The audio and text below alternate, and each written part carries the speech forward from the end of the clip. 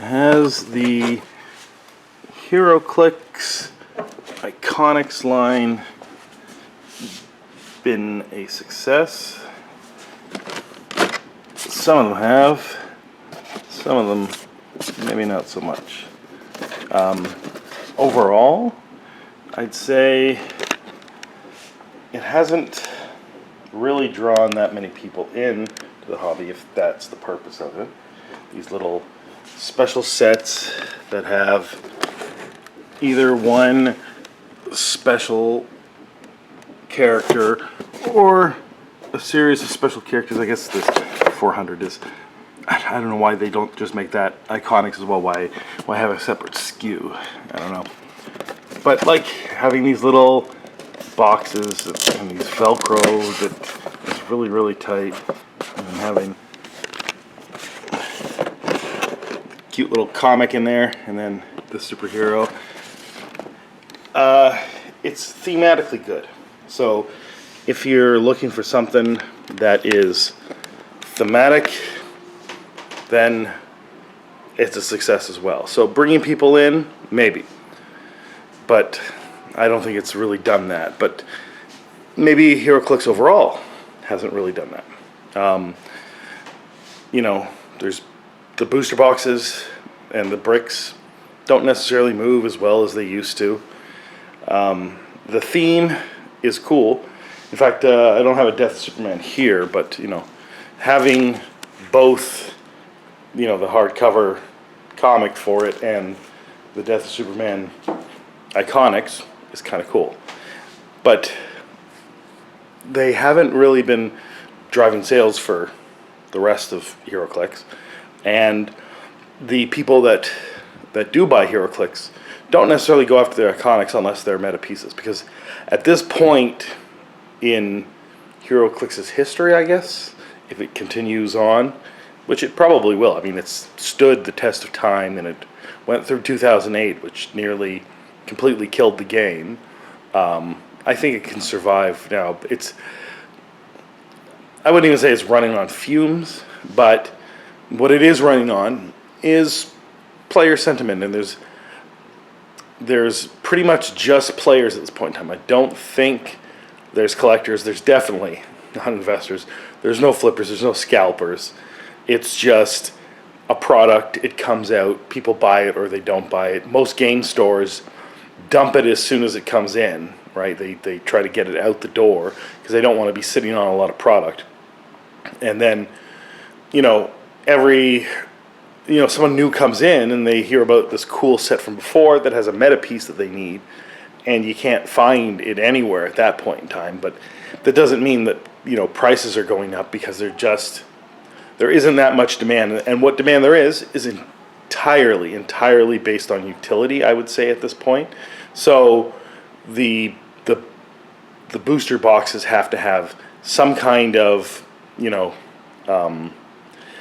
not secondary market value, but, you know, playability, and they have to be meta pieces. And the meta continually shifts in Heroclix, and I think even more so than Magic or other card games. It's every set seems to bring something new to the table and makes things go pretty wild. Now, some of the sets are stronger than others, and therefore you end up seeing, you know, top 10 teams doing the same thing. Like if you look at at different tournaments and stuff like that. So from time to time there is maybe a little bit of stagnation until that set drops out of what is it? They call it modern. It's essentially the same thing as Magic's standard. But the entire thing, the entirety of Heroclix, since probably, maybe it was starting before the pandemic, but since the pandemic, it has entirely been utilitarian and player-based. I mean, it's possible there's a few collectors. I mean, I consider myself a casual player and, well, I guess a casual collector as well, of Heroclix, but I don't think there's many people that just like to have the figures anymore. And part of it is due to the restrictions on stores being open and not being able to play in person, and it's difficult to play Heroclix in any other way other than in person. Unless, at some point WizKids actually makes a functional app, then that's pretty much the optimal way to play it, and any other way is really, really suboptimal. So that really put a damper in it. But then it's also possible that the exuberance for the MCU and then the DCU, the superhero movies have, the public excitement has gone down. So less and less people are talking about superheroes. And then also the comics themselves, I guess their popularity has waned even further than it already has. Like, basically the popularity of comic books was at its peak in the 1950s, maybe 1960s, and has been continually going down ever since as new forms of entertainment and hobbies have shifted the public consciousness towards other things, and then new technologies have brought in those new forms of entertainment. And the comic book being in written form has also gone down with books. Audiobooks may be doing better than audiobooks in the past have, but that's a technological issue because the cost of an audiobook was pretty exorbitant, and then you also had to keep all these DVDs around in your car, which is where most people listen to audiobooks. But now with Audible, it's fairly easy and not as expensive if you adjust for inflation. So audiobooks may be on the rise, and maybe ebooks were on the rise until probably about 2016, and I don't even think I think they've probably stagnated at this point in time too. So anything in written form has stagnated. In comic books, as I said, they were from the end of the 1930s to somewhere to the late 1950s, maybe early 1960s. They were on an upswing, and the peak was somewhere around the 1960s with the introduction of Spider-Man, Fantastic Four, X-Men, that kind of stuff. But ever since then, the trend has been down. Now, there was maybe an uptrend near the end of the 80s and the early 90s with the McFarlane era and those superstar comic book artists like Rob Liefeld and stuff like that before they formed Image Comics. But once they formed Image Comics, the bubble had started to fray, and then it eventually would burst with all the variant covers and stuff like that, and that kind of killed the comic book market. And that upswing turned into a downswing with the rubber band effect, and maybe in the early 2000s things recovered a little. But if you're looking at the trend line from the 1930s till now, you'll see a big peak in the 1950s, and then maybe a little bit of waviness from 1950 till about now, and especially since 2010, the trend in comic books has been down. So that's one of the things that is kind of maybe keeping Heroclix down, is the lower interest in comic books, the significantly lower interest in comic books.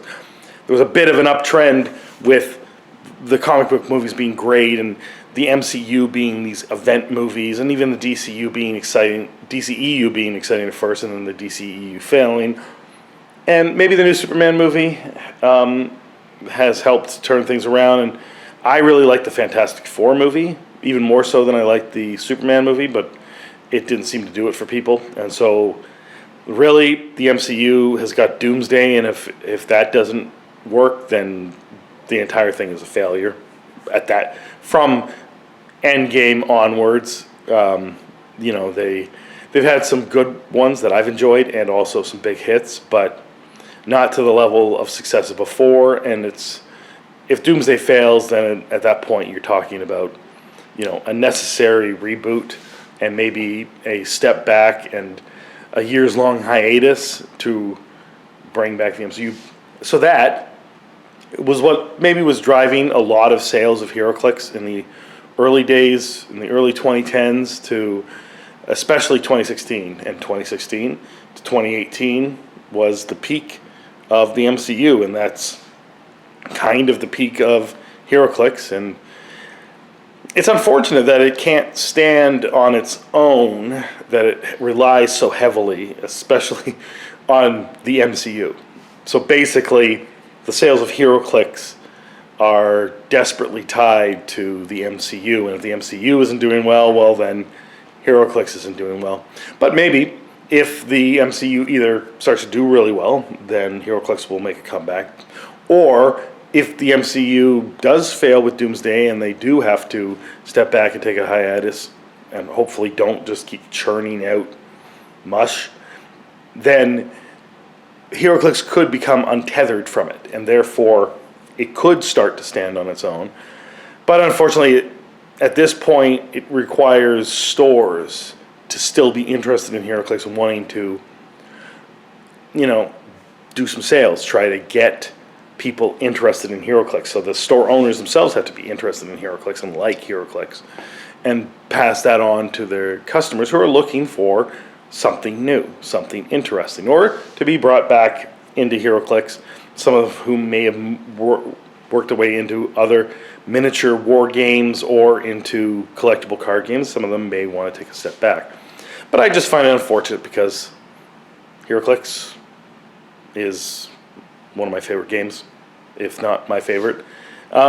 It's either that or Twilight Imperium or Zolkin down there.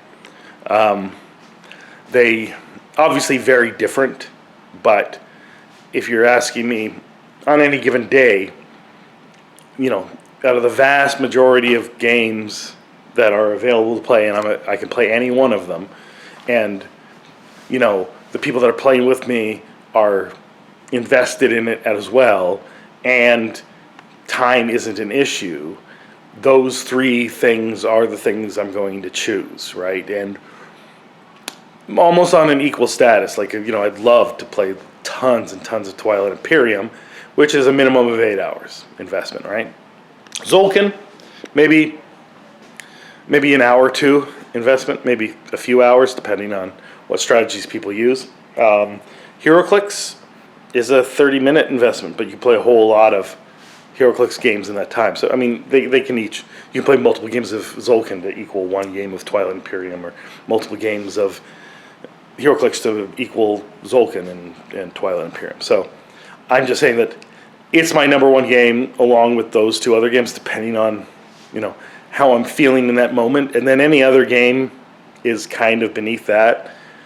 And that includes Magic the Gathering. That includes Flesh and Blood. That includes any other board game that has come out since the beginning of time. Maybe Diplomacy. Maybe Diplomacy is up there too. And I haven't played Diplomacy since 93 or 94. And it's the hardest game to get anyone into unless you're a teenager with lots of time on your hands and the desire to write down orders and play a game in which there's no dice or anything like that. But anyway, so we'll put Diplomacy in the number 2 slot, and these other 3 games tied for 3. But what I want to see is more Heroclix being played, and I want more people to be interested in Heroclix, and I don't really know how to go about doing that, except I keep making videos on the series of Heroclix, and also specifically talking about why you should play Heroclix and why you should be interested in Heroclix. And, I'll put the camera around here. It's just, I don't know. Does any of this excite you if you've never played Heroclix before, or you've never seen the pieces, or whatever? Like, there's What If. You've got, and it's the classic comic book What If, not the Disney TV show What If. So all these different versions that could have happened of these different characters. And then there's the Avengers 60s, so if you're into Avengers, which nobody was into Avengers until there was an Avengers movie. No one really bought the Avengers comics because they weren't that interesting, but in Heroclix form, they're super interesting. And then you've got Notorious, a bunch of DC villains, and then you've got Next Phase, which is everything that happened after Endgame. So, maybe skip over that one. And then you've got Deadpool. Everybody loves Deadpool. You've got Masters of Time. So all the different time travel stories within DC Comics. And then you got Black Panther. Everybody loves Black Panther. It's awesome, right? Collector's Trove is some space stuff. And then there's Spider-Man, which myself, when it comes to Heroclix, Spider-Man sets don't really do it for me, but everybody loves Spider-Man. Was the biggest IP until recently. Pokemon, I guess, overtook it. But Spider-Man is still huge. And then you got Smash and Destroy, which is everybody is interested in the Hulk, and this thing just has huge pieces that do tons of damage, that kind of thing, right? So there's just this huge flavor. And then, of course, going back to these little specialty collector sets. And they were put out for collectors, and it wasn't like a secret layer retail stores had. I mean, yes, you could buy on WizKid's website, but they didn't go the secret layer route with them. And they're like these special little sets that have either one or multiple characters, and then like a special thing. And that's the things. The ones that sell are the ones that have a meta piece in them. And if they don't have a meta piece in them, they're not going to sell, which tells you there's only players right now. And there is a thing amongst, I guess, the Magic community, the collectible card game community, the collector community, where they want sales to be driven entirely by utility, right? That Pokemon isn't in a healthy place because it's a lottery system, because it's over 90% collectors and investors and that kind of stuff.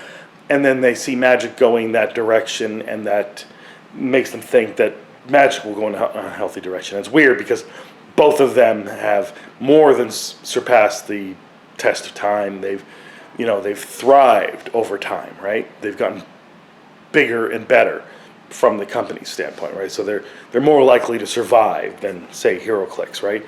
So this idea that it has to be more focused towards players and utility, well, this is a game that's entirely focused on utility at this point, right? There's very little interest in collecting this stuff, and the entire community is a player-based community. Whether they're playing at their kitchen table, or they're playing in their dorm rooms, or they're actually going to stores and playing, or they're going to tournaments, or they're going to conventions to play, it's just people playing at this point in time. There's nobody collecting, certainly nobody investing, and it's not really doing that well. So this is kind of a case in point why there are three pillars to these collectible things. There's the collector, the investor, the player, and each of those things have to be kind of firing on all cylinders for the entire thing to be firing on all cylinders, which that was redundant, and I'm sorry. So I'll end the video now before I become even more redundant, but go to your local game store, check out Heroclix. Just get a starter set, or get a couple boosters, and get there's printable maps. There's also some neoprene maps that, well, you have to buy them on eBay at this point in time, but there's maps that you can play on if you get a starter set, or maybe the store has some extras lying around that they can give you, and just try the game. And it's very complex. That's another thing that's dragging it down, but definitely try it out, try to learn the game, and see how much fun it can be as you discover the things, the rules that you didn't know. You get things wrong at first, and then you discover, oh, no, it's this way. That's even more awesome. That's part of Heroclix, and I just wish more people would check it out, so please do. Have a good day. Let me know what you think in the comments.